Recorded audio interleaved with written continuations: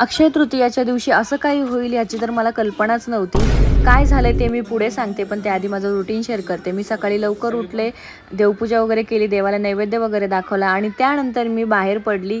मी माझ्या फ्रेंडला डब्बा देण्यासाठी चाललेली आणि तो मी डब्बा असा दिला होता जसा काही मी शेतावर डोक्यावर गठोडं बांधून दिलं ते पूर्णपणे तिला.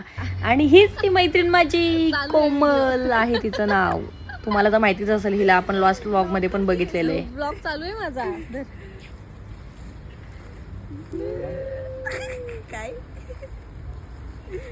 गाईच आमरस खायला या. आमरस कोमलला बाय करून निघाले मी घरी. त्यामध्ये कलिंगड भेटले तर कलिंगड घेतले. आणि नक्की काय झालं हे बघा, इथे भिशी होती आज आणि आजची भिशी लागली आहे आमच्या मम्मीला. भिशी मम्मीला लागली, पण मम्मी आमची घरात झोपली होती. मम्मी आलीच नव्हती भिशीला.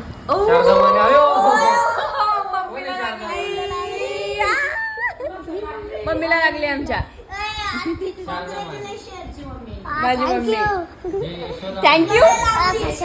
आईला लागली, आपल्याला नाही लागली.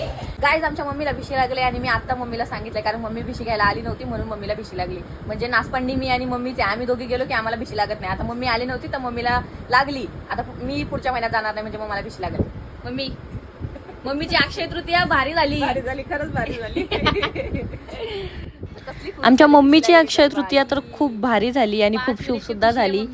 आणि आता तुमची कशी झाली हे कमेंट करून नक्की सांगा. आणि तुम्हा सर्वांना पण माझ्याकडून व माझ्या परिवारातर्फे अक्षय तृतीयाच्या खूप खूप साऱ्या शुभेच्छा.